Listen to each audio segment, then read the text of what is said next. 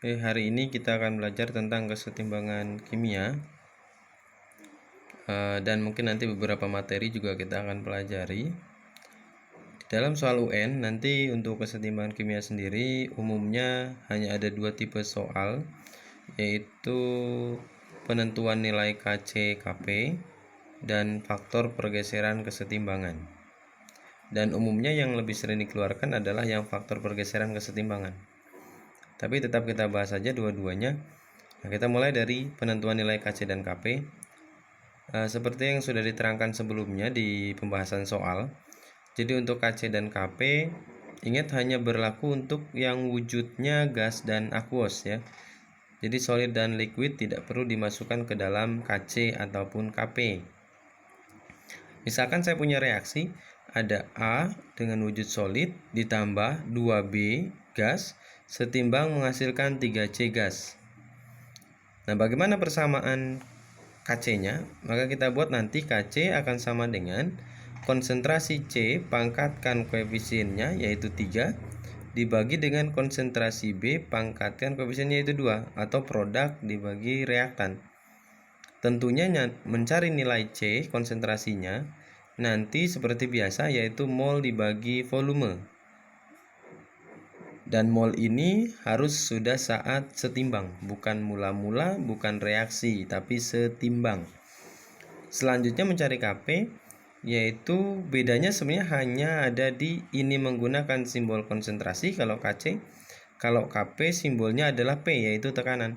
Jadi tinggal membuat tekanan dari C pangkat 3 dibagi tekanan dari B pangkat 2, dimana kalau kita pengen mencari tekanan parsial suatu zat, misalkan Px, maka Px itu berarti mol X dibagi mol total dikali P total. Tentunya sama, yaitu ininya molnya harus saat setimbang. Ingat, mol ini harus saat setimbang ya.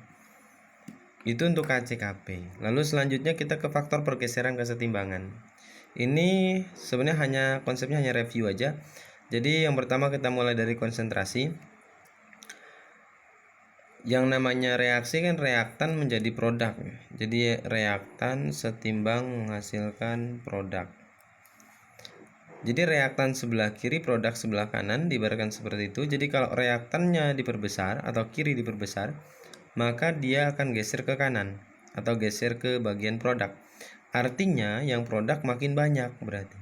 Dan begitu pun sebaliknya, kalau yang kanan yang ditambah, produk ditambah, maka dia akan geser ke kiri. Berarti yang kiri lah yang makin banyak. Nah, selanjutnya bagaimana kalau dikurangi? Ternyata kalau kiri dikurangi atau reaktan dikurangi, maka nanti pergeserannya akan ke kiri juga. Begitupun sebaliknya, kalau kanan yang dikurangi, maka gesernya juga ke kanan. Faktor yang kedua ada yaitu volume dan tekanan. Tekanan ini kebalikan dari volume, jadi kita cukup mencari satu aja, yaitu untuk volumenya.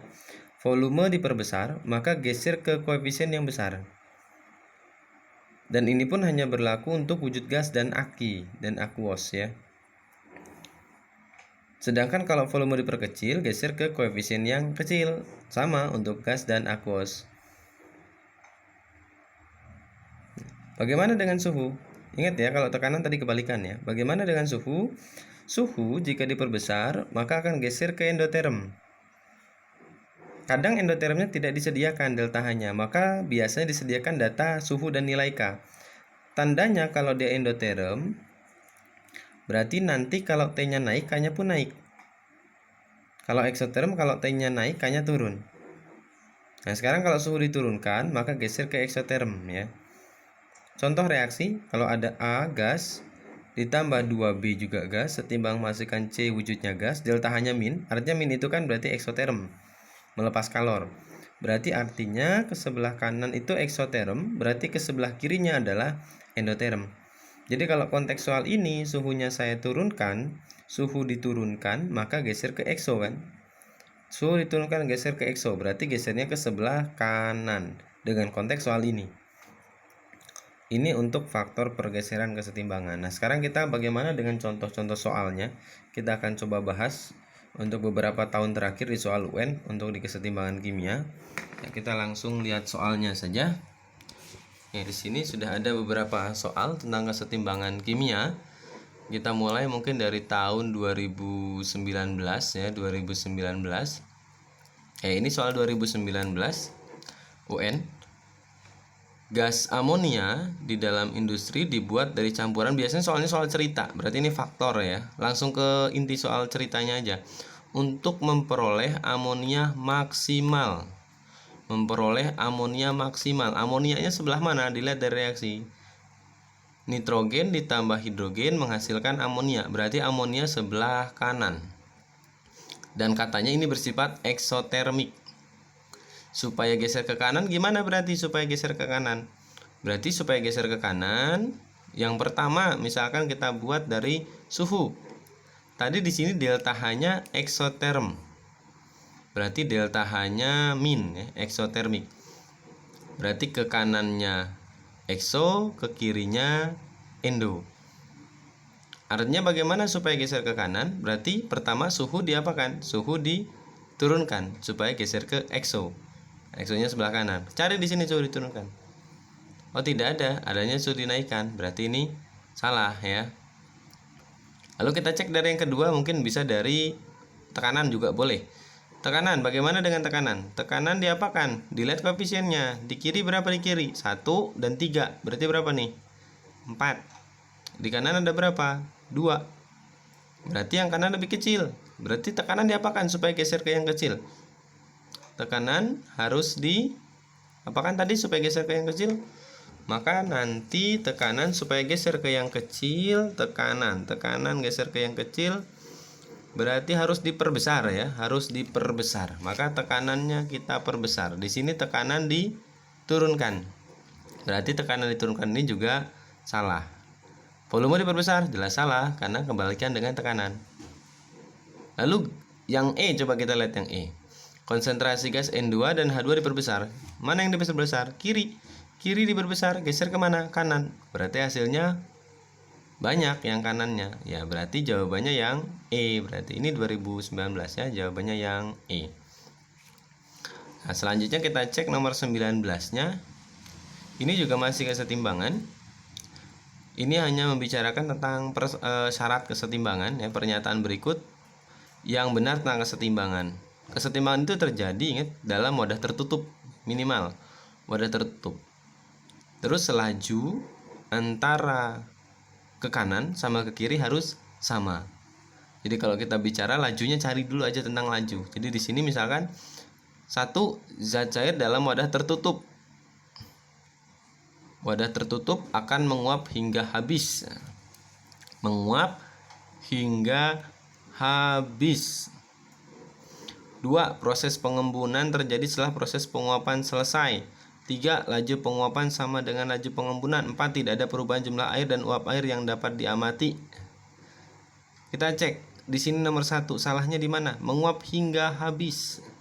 Kalau dia habis, maka tidak mungkin dia suatu reaksi kesetimbangan itu dapat balik kalau dia salah satu habis. Jadi kesetimbangan itu selalu berjalan terus menerus. Syaratnya yang pertama, kita ingat yang pertama, syarat kesetimbangan adalah, kita balik lagi ke teorinya, syarat kesetimbangan. Ingat syarat kesetimbangan yang pertama, syaratnya adalah ruang tertutup. Ruang tertutup. Ruang tertutup ini sudah minimal ya. 2. Berlangsung terus menerus secara mikro. Jadi secara mikroskopis ini selalu berlangsung, tetapi secara makro tidak terlihat. Yang ketiga, V1 sama dengan V2.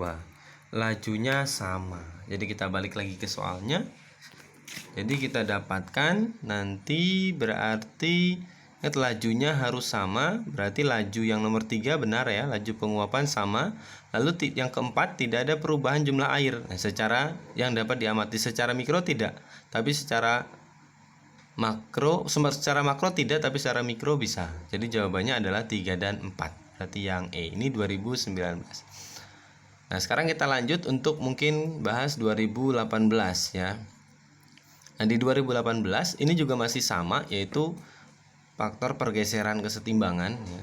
Di sini ada reaksi proses pembuatan gas NO2 sesuai reaksi 2NO gas ditambah O2 gas setimbang menghasilkan 2NO2 gas. Diperoleh data sebagai berikut. Di sini ada data T dan K. T dan K. Jadi ada data suhu dan K. Tadi sudah ada teorinya. Ya, kita sudah jelaskan teorinya tadi. Jadi kalau tadi kita lihat di data di sini, T-nya naik tapi K-nya turun, ya, T-nya naik tapi K-nya turun. Maka kita di sini teorinya kalau T-nya naik K-nya turun, berarti dia eksoterm ya, eksoterm. Nah, maka reaksi ini kita tahu eksoterm. Konteks di sini diminta jika suhu dinaikkan, jika suhu dinaikkan.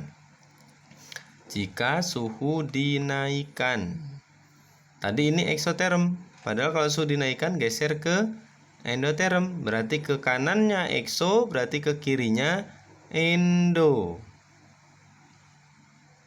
Gitu ya, ke kanannya ekso, ke kirinya endo. Sedangkan jika suhu diturunkan, pernyataan yang tepat mengenai hal tersebut adalah karena ini T-nya naik, K-nya turun, berarti ini reaksinya eksoterm. Berarti kita cari yang eksoterm. Reaksi pembentukan adalah eksotermal, betul, sehingga kenaikan suhu menyebabkan konsentrasi NO2 berkurang. Suhu dinaikkan, geser ke endo, berarti yang berkurang adalah NO2. Ya, berarti jawabannya langsung ketemu ya, yaitu yang A, berarti jawabannya. Ya, berarti yang A itu jawabannya nomor 18 tahun 2018. Kita cek lagi, mungkin masih ada soal di 2018. Sepertinya masih ya. Kita lihat.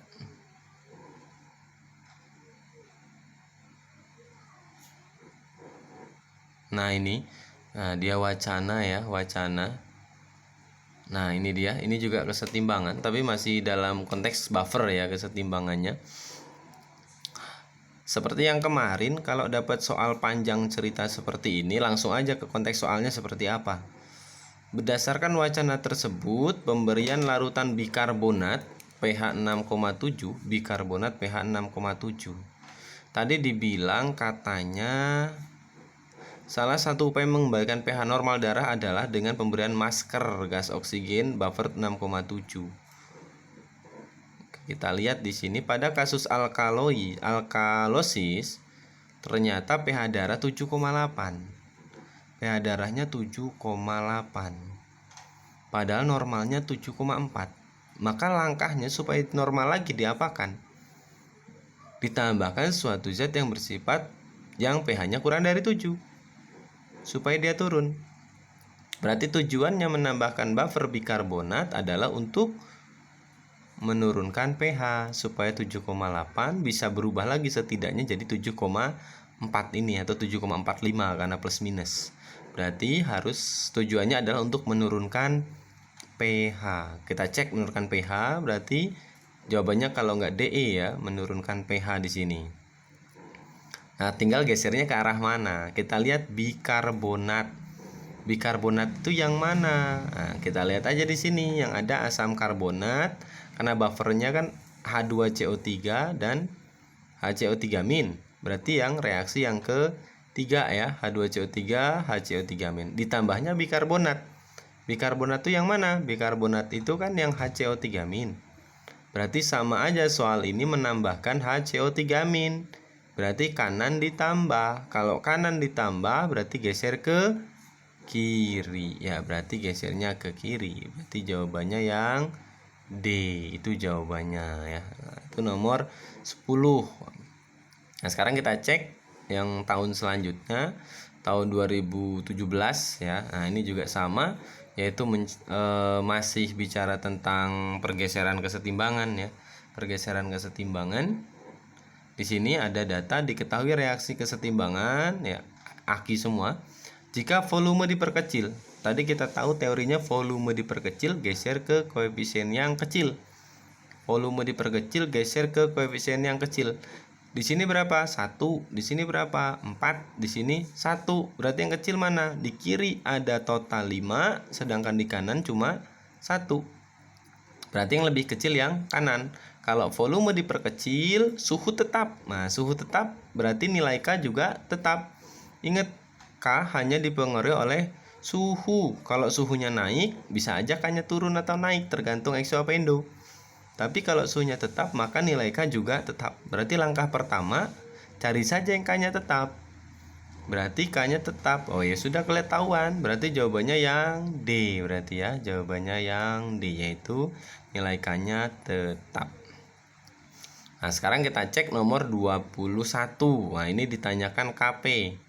KP untuk reaksi tersebut adalah, ini kita mencari KP.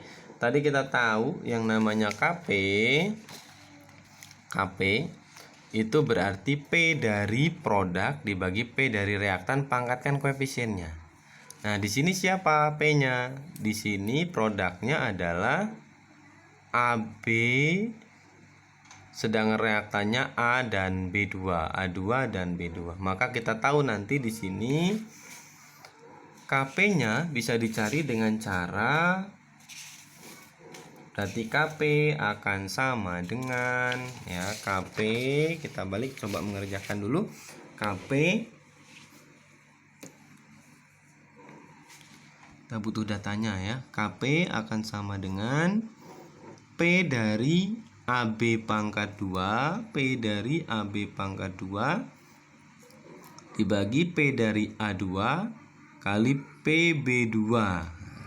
Jadi nanti kita dapat KP sama dengan P dari AB pangkat 2 per P dari A2 dikali P dari B2. Nah, sekarang kita coba masukkan datanya. Mula-mula, oh ini mula-mula, padahal kita butuhnya, ingat, saat setimbang. Berarti mau nggak mau kita MRS-kan dulu ini. MRS-kan dulu. Jadi kita MRS-kan dulu reaksinya A2. Kita balik lagi. Berarti nanti kita dapat A2 ditambah B2 setimbang menghasilkan 2AB. Mula-mula reaksi setimbang. Berapa mula-mula? Mula-mula A2 0,5. Kita dapat tadi 0,5, sini 0,5. Lalu di soal saat setimbang terdapat 0,3 mol gas AB. Tekanan total 10 atm ya. 0,3 AB. Berarti kita dapat di sini saat setimbang 0,3. Berarti ini naik ke atas 0,3. Berarti ini ada 0,15, ini 0,15. Berarti di sini 0,35, di sini juga 0,35.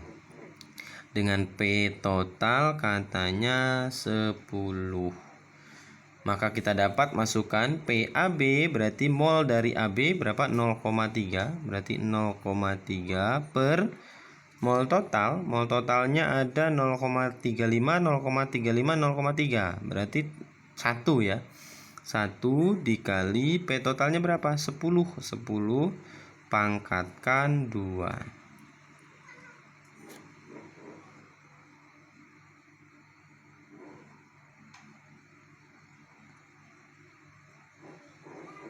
Lalu yang ini per, kita buat PA2 berapa? 0,35. Berarti 0,35 per 1 kali 10 sama 0,35 per 1 dikali 10 pangkatkan 2. Maka kita dapat nanti 10, 3 pangkat 2 9 ya. 3 pangkat 2 9 per, ini berarti dapatnya 3,5. Ini ini nggak pangkat 2 ya. Berarti ini 3,5 ya. 3,5 pangkat 2, 3,5 kali 3,5. Nanti kita hitung 9 dibagi 3,5 kali 3,5. Hitungan kalkulator berarti berapa nih? 3,5. 3,5 kali 3,5 berapa ya? Atau 3 kali 3, 3 berarti supaya ini nggak bisa ya. 9, 3,5 kali 3,5 berapa nih? 35, 35. 5, 2, 17 ya. 5, 1, 10. Berarti 5, 2, 1, 2, 1. Berarti 12, 25. Berarti 9 dibagi 12,25. 0,9 per 12 itu 3/4. Berarti kurang dari 0,75. Berarti kisarannya 0,73 paling. 0,73. Berarti jawabannya 0,73. Berarti yang C ya, jawabannya yang C. Nah, jadi itu untuk kesetimbangan ya. Jadi untuk kesetimbangan